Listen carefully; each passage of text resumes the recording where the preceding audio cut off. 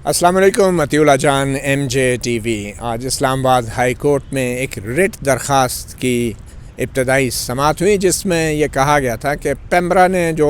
Media اور ٹیلی vision channels کو خاص کر احکامات جاری کیے ہیں کہ کسی بھی مفرور یا سزا یافتہ مجرم کے انٹرویوز نشر نہ کیے جائیں، ان احکامات کو معطل کیا جائے اور کالعدم قرار دیا جائے۔ Human rights commission of Pakistan کی طرف سے دائر کردہ اس ریٹ درخواست میں سینئر قانون دان ایڈوکیٹ سلمان اکرم راجہ جو تھے وہ human rights commission of Pakistan کی نمائندگی کر رہے تھے، اور چیف جسٹس اطہر من اللہ نے اسلام آباد ہائی کورٹ کی سماعت کی، اور انہوں نے human rights commission of Pakistan کی اس ریٹ درخواست پر چند بنیادی سوالات اٹھائے، اور ایڈوکیٹ اکرم راجہ سے کہا کہ ان سوالات کے جوابات کے ساتھ 3 ہفتے کے بعد دوبارہ اسلام آباد ہائی کورٹ میں پیش ہوں۔ بہت دلچسپ مکالمہ ہوا، گفتگو ہوئے، ریمارکس آئے، سوالات اٹھائے گئے۔ سب سے پہلے تو اس سے پہلے کہ ایڈوکیٹ سلمان اکرم راجہ اپنا کیس عدالت میں پیش کرتے، چیف جسٹس اطہر من اللہ نے پہلے سب سے یہ سوال اٹھایا کہ یہ جو ریٹ درخواست ہے اس کا فائدہ کس کو ہوگا؟ تو اس پہ ایڈوکیٹ سلمان اکرم راجہ نے کہا کہ اس کا فائدہ کسی شخص کو نہیں ہوگا، بلکہ پیمرا کے ان احکامات کو چیلنج کیا گیا ہے جن کا نقصان ہو رہا ہے آزادی رائے کے حوالے سے، ہر شہری کی آزادی رائے پہ اثر پڑ رہا ہے، اور خاص کر صحافیوں کے جو رائٹ ٹو انفارمیشن ہے آرٹیکل 19 اور آرٹیکل 19A کے تحت جو معلومات تک رسائی کا بنیادی حق ہے وہ متاثر ہو رہا ہے۔ تو اس ریٹ درخواست کو اگر تسلیم کیا جاتا ہے تو اس کا فائدہ شہریوں کو ہوگا، آزادی صحافت کو ہوگا، آزادی رائے کو ہوگا۔ مگر چیف جسٹس اطہر من اللہ نے کہا کہ اس کا فائدہ ملک کے تمام مفروروں کو ہوگا اور سزا یافتہ لوگوں کو ہوگا۔ اس میں بینیفیشری کون ہے، مطلب اس کا فائدہ اٹھانے والا کون ہے وہ بتائیں، جس پہ ایڈوکیٹ سلمان اکرم راجہ نے پھر کہا کہ اس کا فائدہ کسی مفرور کو نہیں ہونا، بلکہ جو پیمرا کے احکامات ہیں، جس طریقے سے جس انداز میں وہ جاری کیے گئے ہیں، اس کا نقصان ہو رہا ہے شہریوں کو، اور خاص کر آزادی رائے کو اور میڈیا کی آزادی کو، صحافیوں کو، اور بہت سے سینئر اینکر پرسنز بھی اس درخواست میں فریق ہیں، اسی لیے ہیں کہ وہ جو اپنا کام کر رہے ہیں روزانہ کی بنیاد پہ عوام تک معلومات پہنچانے کا، وہ کام براہ راست متاثر ہو رہا ہے۔ چیف جسٹس اطہر من اللہ نے بار بار انٹرپٹ کیا اور کہا کہ یہ عدالت اپنے پہلے کے فیصلوں میں یہ قرار دے چکی ہے کہ کسی بھی مفرور کو اور سزا یافتہ شخص کو جو ہے میڈیا پہ آنے کی اجازت نہیں ہو سکتی، اور ان کے انٹرویوز نہیں کیے جا سکتے، جس پہ ایڈوکیٹ سلمان اکرم راجہ نے کہا کہ پوری دنیا کی مثالیں موجود ہیں، اور وہ ان مثالوں کی تفصیلات لے کر بھی آئے ہیں کہ جہاں پہ جیل کے اندر بھی انٹرویوز چلائے گئے ہیں، اور وہاں پہ ہر قسم کے انٹرویوز جو ہیں آن ایئر کیے گئے ہیں۔ یہ معاملہ کسی ایک مخصوص مفرور کا نہیں، کسی ایک شخص کا نہیں، بلکہ یہ معاملہ آزادی رائے سے جڑا ہے اور لوگوں تک معلومات تک رسائی حاصل کرنے کے بنیادی حق سے جڑا ہے۔ چیف جسٹس اطہر من اللہ نے کہا کہ وہ جنرل پرویز مشرف کے حوالے سے ایک ایسی ہی درخواست پہ فیصلہ دے چکے ہیں کہ جو شخص مفرور ہے، جو ان عدالتوں پہ اعتبار نہیں رکھتا، ان عدالتوں کا احترام نہیں کرتا، اس کو کسی قسم کی ریلیف نہیں دی جا سکتی، ڈائریکٹلی بھی اور انڈائریکٹلی بھی نہیں دی جا سکتی۔ تو اسی طریقے سے کوئی بھی یہ ریٹ درخواست میں جو فیصلہ ہوگا اس کا فائدہ براہ راست کیونکہ کسی شخص کو ہوگا، کسی مفرور کو، سزا یافتہ ملزم کو ہوگا، اس لیے یہ عدالت جو ہے کسی قسم کی ایسی ریلیف نہیں دے سکتی۔ اس پہ ایڈوکیٹ سلمان اکرم راجہ کا یہ اصرار تھا کہ یہ معاملہ کسی مفرور شخص کو بینیفٹ دینے کا نہیں ہے، یہ معاملہ آزادی رائے پہ لگائی گئی پابندی کا ہے۔ تو بہرحال 3 ہفتے تک یہ معاملہ اب آگے چلا گیا ہے۔ ایڈوکیٹ سلمان اکرم راجہ نے کہا کہ وہ مزید ان سوالوں کے جواب لے کے آئندہ تاریخ پر آئیں گے۔ اب مختصراً بات یہ ہے کہ عدالت میں یقینی طور پہ مفروروں کو ان کی غیر حاضری میں بینیفٹ نہیں دیا جاتا، ان کی درخواستوں کو نہیں سنا جاتا، ان کو کوئی ریلیف نہیں دیا جاتا، اور پہلے یہ سب کچھ ہوتا رہا ہے۔ مگر پھر سوال یہ پیدا ہوتا ہے، اور اب یہ میں ذاتی طور پہ میرا ایز اے کورٹ رپورٹر جو ہے میرے ذہن میں یہ سوال آتا ہے کہ کیا کسی کا انٹرویو نشر کرنے سے روکنا، کیا یہ ایک سزا ہے؟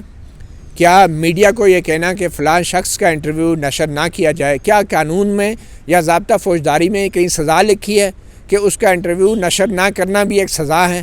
اور کیا وہ سزا جو ہے عدالت ختم نہیں کرے گی جب تک وہ مفرور یا مطلوبہ شخص جو ہے عدالت میں خود ذاتی طور پہ پیش نہیں ہوگا؟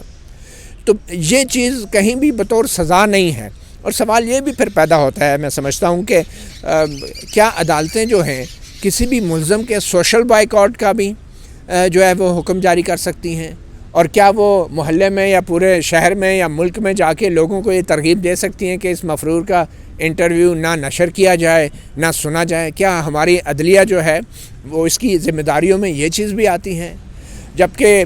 ایون کے جو کانفکٹ ہیں، جو سزا یافتہ لوگ ہیں باہر کے ممالک میں، وہ ایک پروسیجر کے تحت ان کا انٹرویو چلایا بھی جاتا ہے، نشر بھی کیا جاتا ہے، اور ہمارے اپنے ملک پاکستان میں جنرل مشرف کے انٹرویو نشر ہوتے رہے ہیں۔ اس سے پہلے ہمارے اسی ملک پاکستان میں احسان اللہ احسان جیسے طالبان کے دہشت گرد کے انٹرویو مین اسٹریم چینلز پہ نشر ہوتے رہے ہیں۔ اور اب جبکہ سابق وزیر اعظم نواز شریف نے کچھ اپنے تقریروں میں نام لے لیے ہیں اور انہوں نے براہ راست آرمی چیف جنرل باجوہ اور ISI کے سربراہ جنرل فیض حمید کا نام لیا ہے کہ انہوں نے گزشتہ الیکشن میں مداخلت کر کے اس پہ اثرانداز ہوئے نتائج پہ، تو کیا اس وجہ سے جو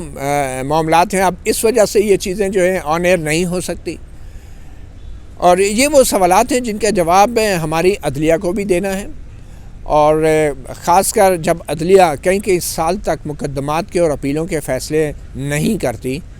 اور پھر جب وہ فیصلے نہیں ہوتے تو مفرور رہ جاتے ہیں، سزا یافتہ ملزم رہ جاتے ہیں، تو پھر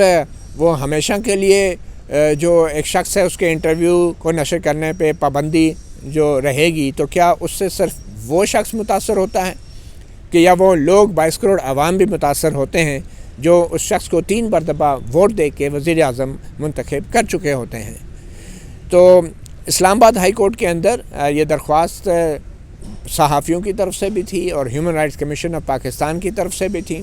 اور آج کی اس ساری سماعت سے یہ لگا، اور چیف جسٹس اطہر من اللہ نے اپنے ریمارکس میں بھی یہ اشارہ دیا کہ حکومت جو ہے اس نے نواز شریف کے کیس میں ان کو باہر بھیجا اور سارا الزام جو ہے وہ عدالت پہ آ گیا۔ اور دوسری بات یہ ہے کہ جو ملک کی پچھلے چند سالوں میں جس قسم کی سیاسی صورتحال بنی ہے اس میں یہ معاملات بڑے پیچیدہ ہوتے جا رہے ہیں، اور جو آئینی اور قانونی حقوق ہیں یا جو آئینی اور قانونی اور عدالتی فیصلے ہیں وہ بھی براہ راست جو ہے ان پہ اثر پڑ رہا ہے ملک کی عمومی سیاسی صورتحال کا۔ اور چونکہ جنرل پرویز مشرف والے کیس میں عدالت کچھ فیصلے دے چکی ہے، تو اس لیے اب جو ہے وہ دوسرے کیسوں میں بھی وہی فیصلے دیے جائیں گے۔ بطور صحافی میں یہ سمجھتا ہوں کہ جنرل مشرف کا بھی انٹرویو ہونا چاہیے، احسان اللہ احسان کا بھی ہونا چاہیے، اور ان سے وہ سوال پوچھے جانے چاہیے جو عوام ان سے پوچھنا چاہتے ہیں، اور ہر شخص کا چاہے وہ سزا یافتہ ہے یا نہیں ہے، اور خاص کر جو ملک کا 3 دفعہ منتخب وزیر اعظم رہا ہے، اس کو ہر قسم کا سوال ہونا چاہیے، اور یہ عوام کا بنیادی حق ہے۔ مگر بہرحال ہمارے سوچنے سے کیا ہوتا ہے، یہاں پہ تمام فیصلے تو ہماری حکومتیں کرتی ہیں، چاہے وہ منتخب ہوں یا غیر منتخب ہوں یا پس پردہ ہوں۔ ہمارے صحافیوں کے سوچنے سے اور عوام کے سوچنے سے کوئی فرق نہیں پڑتا، اور پھر اس تمام صورتحال کے اندر عدالتی فیصلے جو ہیں وہ کسی مفرور کو سزا دینے کی خاطر اس کے انٹرویو کے نشر ہونے پہ اگر پابندی لگاتے ہیں تو پھر ہمیں یہ بھی طے کرنا ہوگا کہ ایسے مفروروں کا اور ایسے سزا یافتہ ملزمان کا سماجی بائیکاٹ کرنا اور ان کے انٹرویوز پہ ان کی آواز کو بند کرنا، کیا آئین کے تحت جو آزادی رائے کا حق دیا گیا ہے آرٹیکل 19 اور آرٹیکل 19A، کیا یہ حق عدالتیں کبھی لے سکتی ہیں اور کبھی دے سکتی ہیں، اور کیا اس کا تعلق سزا اور جزا سے مشروط ہے ہماری آزادی رائے، اور کیا آزادی رائے کا حق کا تعین کرنا کسی قانون میں کے ذریعے ہونا چاہیے یا پھر عدالتی فیصلوں کے ذریعے ہونا چاہیے؟ تو یہ وہ سوال ہیں جن کا جواب امید ہے کہ اسلام آباد ہائی کورٹ آئندہ آنے والے چند مہینوں میں جلد ہی دے گی، کیونکہ اس وقت جو پاکستان میں صورتحال ہے وہ یقینی طور پہ آزادی صحافت اور آزادی رائے کے حق میں نہیں ہے، خود چیف جسٹس اطہر من اللہ بہت سے ایسے کیسوں کی سماعت کر چکے ہیں جس میں ریاست نے جو صحافیوں اور میڈیا کے خلاف جو ہتھ کنڈے استعمال کیے ہیں سائبر کرائم لا کے تحت اور FIA کے ذریعے، اس کے حوالے سے بھی چیف جسٹس اطہر من اللہ کی بڑی اسٹرانگ آبزرویشنس ہیں۔ اور یہ سمجھنا، ایک بار پھر یہ سوال بار بار اٹھتا ہے کہ یہ سمجھنا کہ کسی شخص کے انٹرویو کو نشر کرنے پہ پابندی لگا کے اس شخص یہ پابندی جو ہے اس شخص کو دی گئی سزا کا حصہ ہوتی ہے، یہ بھی ایک ایسا معاملہ ہے جس پہ کوئی حتمی فیصلہ ضرور آنا چاہیے۔ کیا آئین میں درج آزادی رائے کا، بولنے کا بنیادی حق جو ہے وہ کوئی عدالت اپنے فیصلے سے یا کوئی سرکاری ادارہ اپنی ہدایات نامے سے لے سکتی ہے اور دے سکتی ہے؟ یہ وہ سوال ہے جس کا فیصلہ اب ہماری عدالت ہی کرے گی، مگر کچھ فیصلے ایسے ہیں کہ جو میڈیا اور سول سوسائٹی خود کرتی ہے اور ان کے لیے فائٹ بھی کرتی ہے۔ مطیع اللہ جان، اب MJ TV سے اتنا ہی، اجازت دیجیے، اللہ حافظ۔